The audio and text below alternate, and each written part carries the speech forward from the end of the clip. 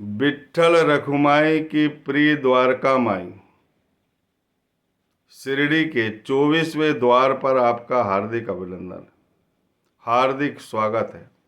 हे श्रोता माउली, हे दर्शक माउली, मैं आपके चरणों को नमन करता हूँ और इन कथाओं को सुनने के लिए विनती करता हूँ। कृपया इन कथाओं को ध्यानपूर्वक सुनें और अपना कल्याण करें। पिछली 2 कथाओं में हमें यही शिक्षा मिलती है, जब हम अच्छा कार्य करते हैं तब भी हमें ईश्वर का स्मरण करना चाहिए, और जब हम बुरे कार्य करने के लिए हमारा मन हो जाता है तो उस बुरे कार्य करने के पहले भी हमारी आत्मा जानती है हम क्या करना चाह रहे हैं। हमारी आत्मा को ये जरूर बताना चाहिए, गुरु माता को ये जरूर बताना चाहिए, उस कार्य को भी गुरु माता को अर्पण करना चाहिए, ताकि आपके अंदर सत प्रवृत्ति आ जाए, सत प्रेरणा आ जाए और बुरे कार्य से आप बचाए, आपका मन पवित्र हो जाए। इसलिए 2 कथाओं की योजना की गई, जो आपने ध्यानपूर्वक और भक्तिपूर्वक सुना है। आपका कल्याण निश्चित है उन कथाओं से। लेकिन अब एक ऐसी कथा आ रही है जिसके बताने से पहले मैं आपको यह कहना चाहता हूं कि बाबा ने कहा है कि जहां जाना है वहां जाओ, जो इच्छा है सो करो, पर सदैव स्मरण रहो, मैं तुम्हारे साथ हूँ, तुम्हारे अंतरस्थ हूँ। मैं ही इस सृष्टि का नियंत्रण करता, संचालन करता हूँ, उत्पत्ति और संहार करता हूँ। मेरे उदर में ही ये सारे जड़ चेतन प्राणी समाये हुए। ये दृश्यमान जगत, अदृश्यमान जगत, ये मेरा ही स्वरूप है। और इसके बाहर भी जो अनंत जगत है, उसके भी अनंत हूँ मैं। इसीलिए हमें सदैव अपनी गुरु माता का ध्यान करना चाहिए, जिसके उदर से हमारा जन्म हुआ है। और इस कथा में उदर का ही प्रयोग किया गया है, और वो क्यों किया गया है, इस कथा को आप बहुत प्रेम पूर्वक सुने। बाबा ने अपने उदर पर ही प्रहार किया है, और इस प्रहार करने का रहस्य जानो। मेरा वादा है, इस रहस्य को शायद कोई ने नहीं सुनाया होगा। ये साईनाथ की कृपा है, उनकी करुणा है, उनका अनुग्रह है, आपका आशीर्वाद है, जो इस रहस्यात्मक कथा को आपके हृदय तक मैं भेज रहा हूँ। कृपया अपने कल्याणार्थ इस कथा को अवश्य सुने। 8-10 मिनट में अपना कुछ नहीं बिगड़ने वाला है, केवल सुनने में क्या जाता है। बहुत दिन साईं चरित्र का अध्ययन किया है और बाबा से प्रेम पूर्वक विनती की है, और वृद्धावस्था में उन्होंने मुझे इस कार्य के लिए प्रेरित किया है। अनेकों चमत्कार, अनेकों वीडियो, अनेकों कथाएं, अनेकों एपिसोड, अनेकों कहानी आपने सुने हैं, लेकिन ये साईं सचरित की प्रमाणित प्रतिलिपि की कहानी है, जो बाबा ने हेमांत पथ के हृदय में बैठकर इन अमृतमयी कथाओं को आपके कल्याणार्थ लिखाया है, जो आपके हृदय तक पहुंच रही है। माता कौजलगी बाबा के पेट में मरोड़ हो रही थी, और माता कौजलगी तो रोज ही सेवा करती थी, क्योंकि माँ और पुत्र का संबंध इस जगत में सबसे पवित्र संबंध है और सबसे अधिक प्रेममय संबंध है। माता और पुत्र का संबंध का वर्णन करना संभव नहीं है। नित्य दिन की तरह वो उनके पेट की मालिश कर रही थी, और पेट की मालिश ऐसी कर रही थी कि पेट में मरोड़ होने के कारण, पहले के ज़माने में पेट में जब मरोड़ होती थी तो पेट को मलवाया जाता था, ना कि दवाई की जाती थी। आजकल दवाइयाँ बन गई है पेट के मरोड़ की। वो समय का जो ज्ञान था वो ये था कि कोई नस है जो डूठी बोलते हैं, वो सरक जाती है, जिससे पेट में मरोड़ होती है और वो मलने से ठीक हो जाती है। और एक उपाय और करते थे लोग, खाट का जो एक पाया होता है उसको बोमली पे रखते थे, तो पेट में मरोड़ दूर हो जाती थी, या मलकर दूर करते थे। तो माता कौजलगी साईनाथ महाराज के उदर की मालिश कर रही थी। और उनका वैसे भी पेट पतला था, दुबले पतले थे वो, और मालिश ऐसी हो रही थी कि उनके हाथ की जो अंगुलियां हैं वो परिचालन कर रही थी पेट पे, और पेट और पीठ का एकीकरण हो जा रहा था।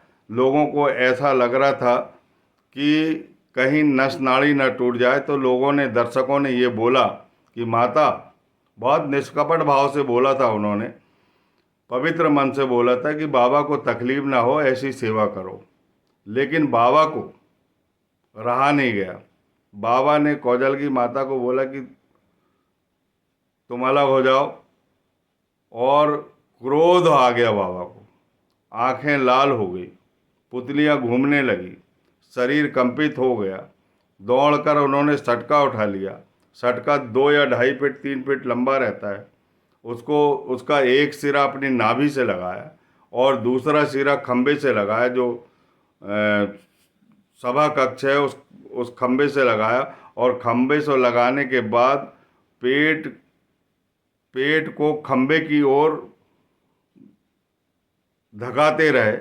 लोगों को ऐसा लग रहा था कि सटका जो है पेट के अंदर घुस जाएगा, और पेट अब फटता है कि तब फटता है। सबको चिंता बन गई और सब मौन बने रहे, जैसे गूंगों का एक मेला है। क्योंकि बाबा को जब क्रोध आता था तो किसी की हिम्मत नहीं होती थी बोलने की, किसी ने बोल नहीं पाया, और वो सटका का प्रहार करते रहे और अपने उदर को बहुत तकलीफ देते रहे। जब कभी भक्त संकट में रहता था तो वो अपने शरीर से उस सटके से पिटाई करते थे, शरीर को कष्ट देते थे और उनके कष्टों को अपने शरीर पर अंतरित कर लेते थे। उसी प्रकार की बाबा कृति कर रहे थे, अपने उदर को ही फाड़ रहे थे। लेकिन दर्शकों की जो आर्तनाद है वो ईश्वर तक पहुंची, और अंतर्ज्ञान से साईनाथ महाराज ने जान लिया, और धीरे से उनका गुस्सा शांत हुआ और वो अपने आसन पर बैठ गए। हे प्रिय बेटा बेटियों, जानते हो यह कृति बाबा ने क्यों की? क्या कारण है इस कृति करने का? बाबा ने क्या कहा था कि सारे प्राणी, जड़ चेतन, दृश्यमान जगत, अदृश्यमान जगत, सब मेरे ही उदर में समाये हैं। मैं ही इस सृष्टि का नियंत्रण करता हूँ, मैं ही इस सृष्टि का संचालन करता हूँ, उत्पत्ति और संहार करता हूँ। मेरे उदर में ही समस्त जड़ चेतन प्राणी समाये हुए हैं। तो वो उदर को क्यों फाड़ना चाहते थे?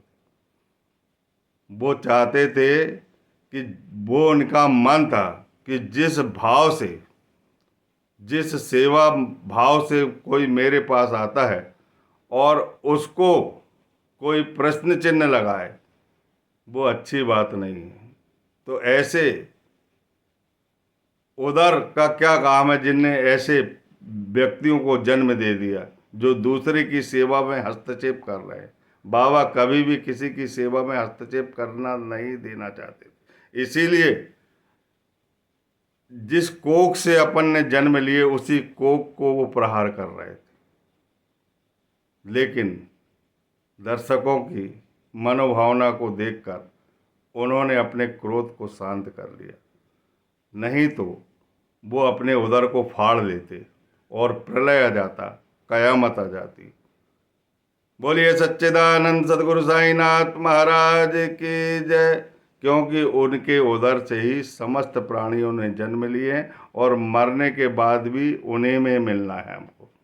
7 समुंदर उनका उदर है, वक्ष स्थल उनकी धरती है, शीश उनका हिमालय है, और चंद्रमा है उस पर, और जटाजूट हिमालय की कंदराओं जैसी है, और शरीर पर पूरी भस्मी लगाए हुए हैं, रुद्राक्ष पहने हुए हैं, सर्पों की माला पहने हुए हैं, त्रिशूल धारण किए हुए, डमरू धारण किए हैं, तीसरा नेत्र धारण किए हैं, और पूरे शरीर में भभूति लगाई है।